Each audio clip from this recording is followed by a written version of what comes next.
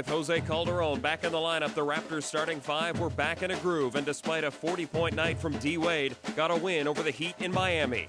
Back at home for the next 4 games, Toronto opens the homestand against a bitter rival with a very different look. The Nets are officially in rebuild mode with a ton of young talent to build around and a former Raptor to show them the ropes.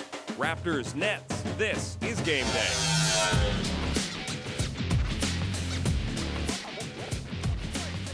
Having played 7 of their first 11 on the road, the Raptors come home for 4 straight, beginning tonight against a very different New Jersey squad from the one they faced in the playoffs just short years ago. But there's one guy who is still with this New Jersey squad and still will, I'm sure, get the brunt of the fans' feelings today. Welcome to Raptors Game Day. Paul Johnson along with Sherman Hamilton and Leo Routens.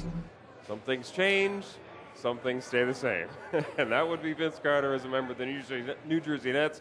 And rivalries being what they are, this is a different squad, but this is a rival that will always be a rival with him in that lineup. Right, and Vince Carter against the Raptor fans, right, period. Exactly. I mean, the bottom line is these fans haven't forgotten. They will not forget the way Vince Carter left.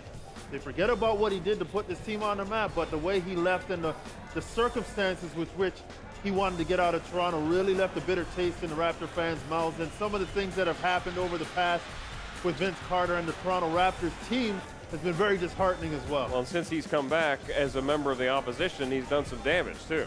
Yeah, but I think as a Raptor fans, one of the best things you can do is actually ignore them. It just seems that the louder you get and the more animosity you show towards them, it works in his favor. And we've seen that with other ex-Raptors. Ignore the guy. Hey, he's gone. He doesn't matter. Well, we're officially going to ignore him for the rest of the show. So there you go. Let's leave it at that. And works. Time to move on to the Toronto Raptors. And their starting five were together for the first time as a unit in the last game because Jose Calderon was back in the lineup and had not played with Andrea Bargnani in the starting five. But that starting five looked very good in that last game, Charlie. They were hitting on all cylinders. I mean, Chris Bosh was the only guy who wasn't scoring a lot of points, but I thought Andrea Bargnani got off quickly, working the post, getting some good looks, and then Anthony Parker, third quarter, just caught fire. Yeah, he was amazing. I think that starting lineup, you have a lot of versatility. You can do a lot of different things inside and outside, and I think they showed that. And the good thing was with Jose in the game, that was able to continue. There was no fade, there was no drop-off because of his presence. And you see, with Jermaine O'Neal in the game late, it really changes the dynamic of the Raptors.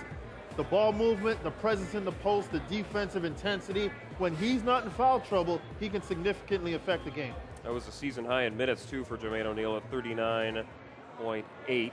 And, hey, if he's going to be in there in late-game situations, that means the lane intimidation is there in late-game situations as well. Now, this homestand is a 4-gamer for the Toronto Raptors, and with them being a game over 500 right now, outside of the Boston game, there are some teams on this homestand that they can beat. They've got to take care of home court, period. I mean, if you're talking about second round, if you're talking about moving on to the playoffs, you've got to be a good home court team, and the Raptors need to get their legs under them and establish a home court.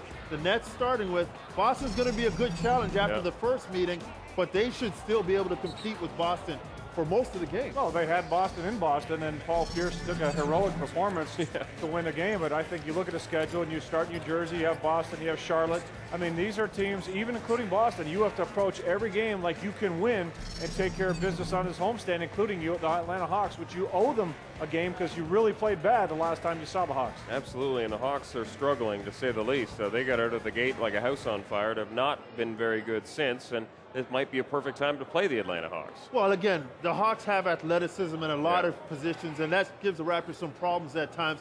But the Raptors need to respond. They need to defend home court. And after playing so many games on the road to start the season, it's got to feel good to come home and establish yourself as a good home team.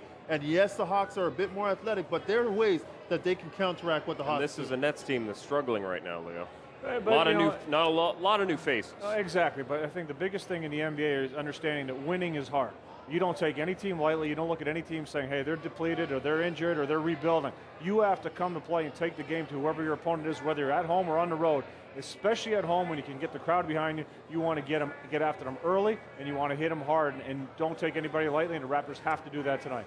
We'll take an in-depth look at what the Nets bring to the table tonight as opposed to what they used to be able to bring back in the big 3 days. But when we come back, we'll talk a little bit more about Jose Calderon, how he's feeling right now, how he felt against Miami, and what he means to the starting unit of this Toronto Raptors squad. Take a break, come back with more on Raptors Game Day on Raptors NBA TV.